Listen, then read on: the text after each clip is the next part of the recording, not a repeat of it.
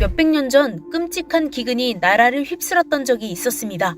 바로 1670년 경신 대기근인데요. 단군 이래 우리 민족 최악의 대기근이라고 할 정도로 어마어마하게 죽어나간 사건입니다.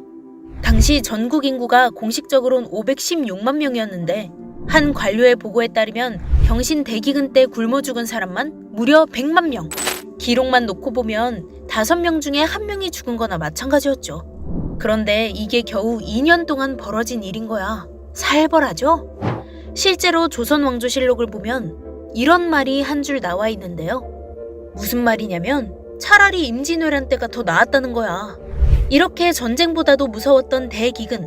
그 당시에 얼마나 먹을 게 없었냐면 우리 옛날 옛적 가난한 사람들 얘기할 때 풀뿌리랑 나무 껍질 캐서 먹었다고 하잖아? 사실은 그거라도 먹을 수 있으면 다행이고 진짜 아무것도 없을 때는 흙을 막 퍼먹었다고 합니다. 주변에 먹을 수 있는 건 죄다 찾아서 먹었다는 거지. 심지어 길거리에 널브러진 시체 팔다리 잘 나가는 건 기본이었고 부모도 자식들을 버리고 도망 나오거나 나무에 묶어놓고 가버렸다고 하는데요. 사실 이렇게 버리고 갈 정도면 양반인 게 차라리 내 손으로 편하게 해주자라면서 연못이나 강물에 밀어버리고 심지어 충청도에서는 굶주리다 못해 미쳐버린 젊은 엄마가 5살 딸이랑 3살 아들을 죽여서 먹었다고 해요. 지금 생각하면 진짜 말도 안 되는 일인데 이때에는 이런 상황이 너무 흔해가지고 별 반응도 없이 묻혔다고 합니다. 이렇게 백성들이 처참하게 죽어나가는데 그럼 왕은 뭐 했냐? 조선 일 안 했냐? 당연히 일했지. 그걸 가만히 냅뒀겠어? 당시 왕은 현종이었는데요. 상황이 심각해지니까 나라에서 구휼미 풀고 관아에서 죽 써서 나눠주고 그래도 안 되니까 비상용으로 꽁쳐놨던 군량미까지 죄다 풀었어요. 그런데도 모자란 거야. 줄을 서서 봤는데 못 먹는 사람이 너무 많아. 이때 나온 말이 바로 국물도 없네 라는 말인데요. 밑바닥까지 싹싹 긁어봐도 아무것도 안 나오니까 한탄하면서 말했던 게 지금의 인용구처럼 굳어진 거라고 합니다. 그럼 쌀 풀고 죽 배급하는 게 끝이었나? 아니지. 그러면 너무 정없잖아. 현종은 아주 파격적인 정책을 내걸게 됩니다. 조선은 양반 천민이 하늘과 땅 차이 대접을 받는 나라인데 이때는 신분 질서를 깨는 것까지도 다 허용했다고 합니다. 식량 바치는 사람한테는 무조건 벼슬 주고 노비나 천민이 식량 바치면 양민으로 만들어주겠다고 했어요. 이렇게 파격적인 정책을 폈는데도 정작 갖다 바칠 식량이 없어서 신청자가 없네. 그래서 죄다 실패로 끝나버립니다. 상황이 이렇다 보니까 백성들만 죽어나가는 건 아니었는데요. 궁녀들도 쓰러지고 군인들도 도망치고 병조판서, 우의정, 형조판서, 호조판서 죄다 죽어버렸습니다. 심지어 현종의 여동생 숙경공주까지 죽었어요. 왕족이 죽었으면 말 다 했죠? 그렇게 국가는 완전히 마비되어 버립니다. 그럼 도대체 왜? 손도 못 쓰고 다들 죽어나가기만 했나? 원인은 크게 2가지로 봅니다. 바로 소빙하기와 소전염병인데요. 첫 번째 소빙하기부터 살펴보죠. 여러분 모두 빙하기는 아실 거예요. 중생대의 공룡들을 멸종시켰던 가장 유력한 설이 바로 이 빙하기였죠. 지구 역사를 보면 빙하기는 주기적으로 찾아오는데 한 차례 지구의 빙하기가 휩쓸고 지나가면 잠깐 1에서 3만 년 정도 따뜻해지는 구간이 있어요. 이때를 간빙기라고 합니다. 그런데 따뜻한 간빙기 구간 중에 갑자기 기온이 낮아지는 때가 있거든요. 이때를 바로 소빙하기라고 합니다. 경신 대기근이 있었던 17세기 중세시대는 태양의 힘이 약해져서 지구 평균 기온이 1에서 2도 정도 떨어졌는데요. 말이 1, 2도지 사람 많이 사는 중위대에선 기온이 엄청나게 하락한다는 말이야. 그래서 강추위에 폭설, 우박이 몰아치고 기상이변 때문에 한여름에도 눈이 내려서 피땀 흘려 지은 농사를 다 망쳐버렸죠. 게다가 대기근이 오기 몇 년 전부터 심상치 않은 징조가 보였는데요. 1668년 백두산 폭발, 해성, 유성의 출현. 이것들이 엄청난 가스와 먼지를 배출해서 지구로 오는 태양열을 더 차단해버렸죠. 결국 이런 것들이 기온을 내리는데 단단히 한몫했다고 볼 수 있습니다. 사실 대기근이 오기 전부터 불길한 징조가 있었다는 건 한반도에 체류했던 하멜의 표류기에서 확인할 수 있는데요. 1653년 한반도에 난파되었던 네덜란드인 하멜은 13년간 지내면서 관찰일기를 썼어요. 그게 바로 그 유명한 하멜 표류기인데요. 1662년 봄엔 기근으로 수천 명이 죽었다. 1663년 강 주변 말고는 벼농사가 전멸했다. 1665년 하늘에 혜성이 2개나 보였다. 관찰기가 거의 작정하고 만든 지구 멸망 시나리오야. 하멜은 1666년에 겨우 헬조선을 탈출했는데 만약 빨리 탈출 안 하고 4년만 더 조선에 있었어도 우리가 아는 하멜 표류기는 없었을지도 모릅니다. 왜냐하면 100% 죽었을 테니까. 그럼 여기서 드는 의문 하나. 중세시대에 지구 전체에 소빙하기가 몰아쳤는데 과연 우리 조선만 이렇게 망가졌을까? 물론 다른 나라들도 난리가 났었습니다. 마찬가지로 이상기후 때문에 농사를 망쳐서 전 세계 사람들이 쫄쫄 굶었었죠. 사람이 조금만 배고파도 날카로워지기 마련인데 그 기간이 몇 달을 넘어가면 어떻게 될까? 온갖 곳에서 폭동과 혁명, 반란이 일어납니다. 1568년 네덜란드 독립전쟁, 1618년 유럽 30년 전쟁, 1640년 중국 이자성의 난, 1783년부터 무려 5년간 지속된 일본 역사상 최악의 기근, 덴메이 대기근도 화산 폭발로 인한 소빙하기 때문에 발생했고요. 이 시기에 일본 사람들은 배고픔에 미쳐서 온갖 것들을 다 먹기 시작했는데 심지어 독초를 뽑아서 삶아먹고 절에 있는 경전종이도 뜯어먹었다고 하죠. 게다가 센다이 지방에서 전해지는 이야기로는 추운 겨울날 눈보라를 헤치고 한 여자가 찾아와서 이댁 할아버지가 돌아가셨다고 들었습니다. 한쪽 팔이든 한쪽 발이든 나눠주세요. 꼭 보답하겠습니다. 우리 할머니도 2, 3일이면 돌아가실 것 같아요. 라고 했다고 하는데요. 인육을 품앗이까지 해야 할 정도로 참혹한 시기였다고 합니다. 그리고 마리 앙뚜아네트와 루이 16세가 처형된 1789년 프랑스 대혁명 또한 대흉년 때문에 굶주린 국민들이 들고 일어난 것이었죠. 지구 평균 온도가 1도만 내려가도 이 사달이 나는데 현재 점점 더 올라가고 있는 지구 온난화는 과연 괜찮을지 걱정이 되기도 합니다. 다음은 두 번째 이유인 소 전염병에 대해 알아볼까요? 안 그래도 기후 때문에 농사를 망쳤는데 한반도엔 병충해까지 발생하게 됩니다. 메뚜기 떼 수천만 마리가 휩쓸면서 그나마 쬐끔 남아있던 곡식, 풀, 나무 가리질 않고 죄다 갉아먹어버리죠. 그리고 더 최악이었던 건 소들 사이에서 지독한 전염병이 번지기 시작했다는 건데요. 지금이야 농사는 다 기계가 짓지만 조선시대에는 오직 소로만 농사를 지었었죠. 왜 우리 그런 말 있잖아.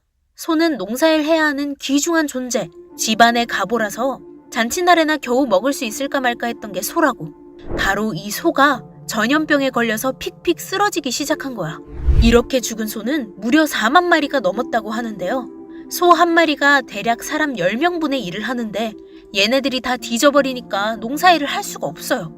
기후가 안정돼서 다시 날씨가 좋아지고 하면 뭐합니까? 농사를 지을 소가 없는데. 그래서 대기근이 확산되고 길어진 건 이 소 전염병의 탓이 크다고 보는 거죠. 그럼 이 소 전염병은 어디에서 온 거냐?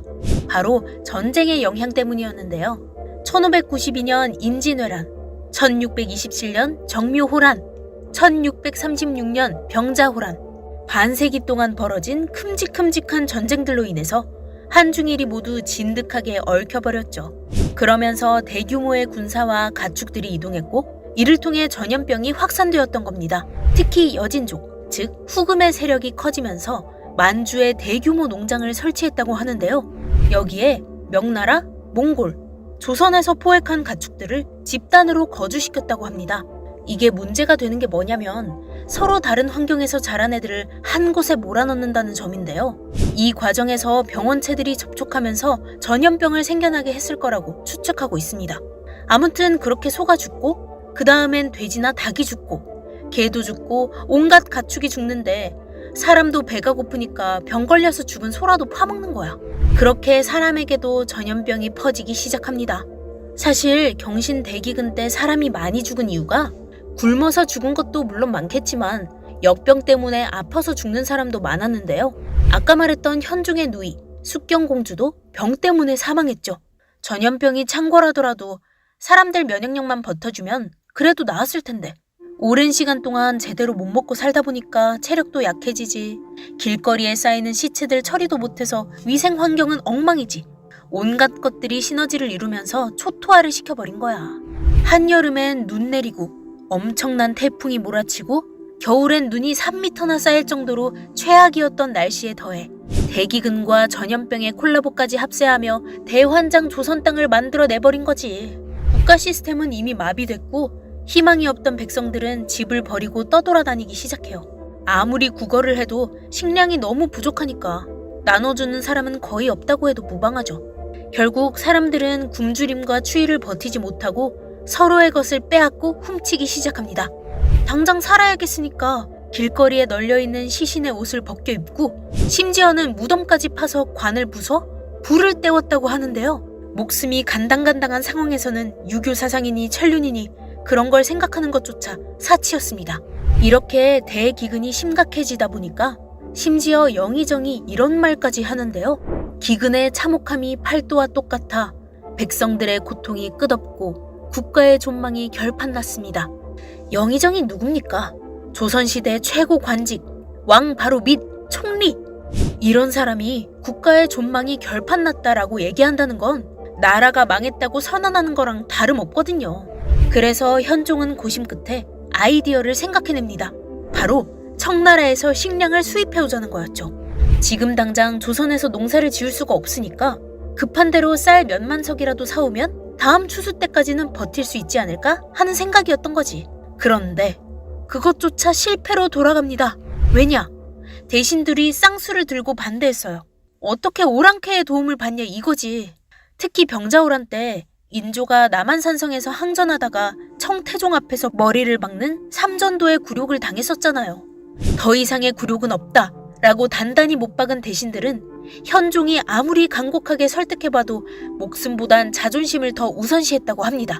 그렇게 기근은 다음 해까지 이어지고 2년에 걸친 경신 대기근은 엄청난 피해를 내며 마무리되죠. 하지만 비극은 여기서 끝나지 않았는데요. 기상이변이 시간이 지나도 정상화되질 않았던 거지.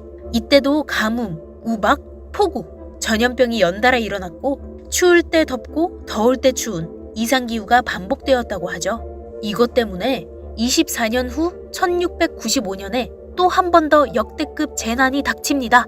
바로 을병 대기근이 발생한 건데요. 이때는 무려 5년 동안이나 지속됐습니다.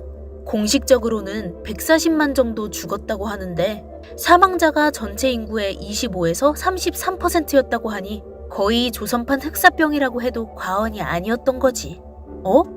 경신 대기근은 100만 명 죽었는데 을병 대기근은 더 심한 거 아니야? 상황 자체는 경신 대기근이 훨씬 더 처참했을 거라고 추측됩니다. 100만 명이 겨우 1, 2년 안에 다 죽었다는 걸 생각해보면 그 짧은 1년이 얼마나 지옥 같았겠어. 하지만 을병 대기근도 만만치 않게 끔찍했는데요. 이 당시엔 한파와 우박이 동시에 들이닥칩니다. 농민 입장에서는 가뭄도 가뭄인데 바로 이 한파 때문에 돌아버릴 상황이 찾아온 거죠. 따뜻해져야 할 5월에도 서리가 내리고 8월엔 경남 진주에서 12cm의 폭설이 내렸다고 해요. 뿐만 아니라 가을에도 서리가 빨리 내리고 저온이 나타났다는데요. 쉽게 말하면 그냥 1년 내내 뒤지게 추웠던 거야. 그야말로 소빙하기였죠. 이런 상황에선 농사는 엄두도 못 내고 수확할 게 아무것도 없으니까 쫄쫄 굶을 수밖에 없었죠. 이 당시 숙종실록에 따르면 아비가 자식을 죽이고 사람이 사람을 잡아먹으며 용과 뱀처럼 악독해졌다고 할 정도로 세상이 지옥이었다고 합니다. 그래도 다행히 이때는 청나라의 도움을 받았는데요. 쌀 5만 석 정도를 유무상으로 지급받아서 간신히 위기를 넘겼다고 하죠.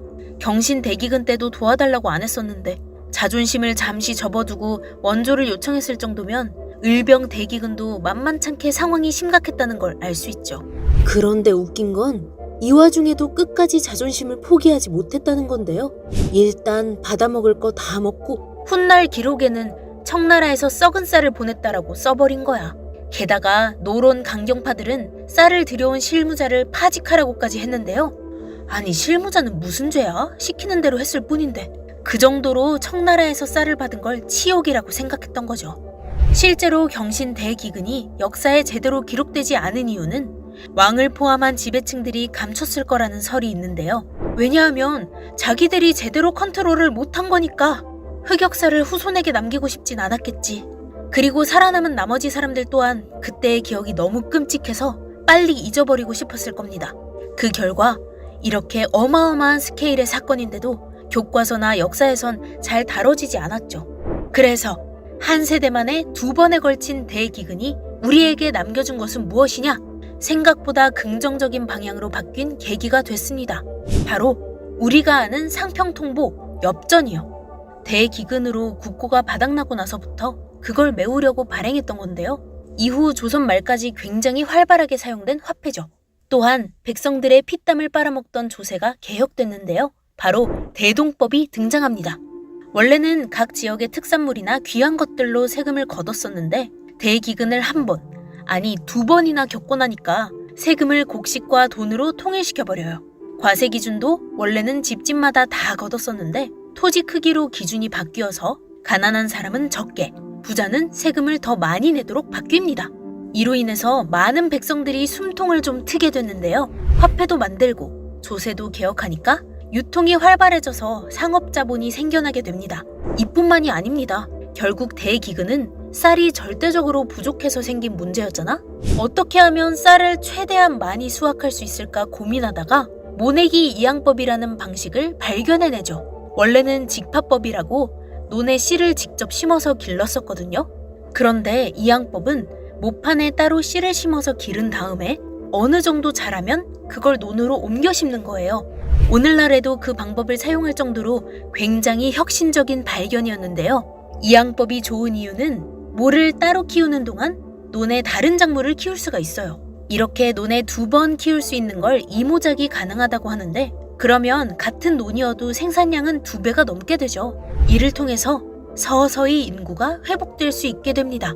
그 외에도 성리학이 밥벌이에 도움 안 되는 걸 알고 실학이 성행했다든가 알 수 없는 재난과 미래에 공포에 떨면서 미신을 엄청 믿게 됐다든가 하는 변화들이 많았는데요. 뭐니 해도 확 와닿는 변화는 바로 온돌이었죠. 사실 온돌 장치는 삼국시대부터 있었지만 조선 후기 소빙하기를 겪으면서 온돌 난방이 기본 옵션으로 장착됩니다. 워낙 한파로 개고생했다 보니까 열기를 가두는 최고의 난방 시스템을 집집마다 도입한 거죠. 아무리 최악의 시기고 사람이 사람을 잡아먹는 시대였다곤 하지만 백성을 먹여 살린 부자도 존재했는데요. 경주 최부자네가 바로 그들입니다. 다들 자기 먹고 살기 바빴던 이 시기에도 곡간문을 열어서 아낌없이 퍼주었다고 하죠. 이 사람들은 찐 노블레스 오블리주를 실천한 사람들이라 만석 이상의 재산은 사회에 환원하라, 흉년기에는 땅을 늘리지 말라, 주변 백리 안에 굶어 죽는 사람이 없게 하라가 집안의 가훈이었는데요. 이런 사람들을 보면 힘든 시기에도 한 줄기 희망이 있다는 걸 보여주는 것 같습니다. 여기까지 경신 대기근에 대해 알아봤습니다. 흔히 우리를 한이 많은 민족이라고 하는데 그 한이라는 게 결국 배고픔에서 온 거거든. 이제는 전 세계적으로 유명한 한국의 먹방, 쿡방, 맛집 탐방 전부 다 밥에 대한 우리의 본능이 표출된 거라고 볼 수 있죠. 심지어 식구라는 단어도 먹을 식의 입구, 밥 먹는 입이라는 뜻인데요. 식사는 하셨어요? 밥 먹었냐? 언제 밥 한번 먹어요. 어디서나 흔히 듣는 이런 인사들.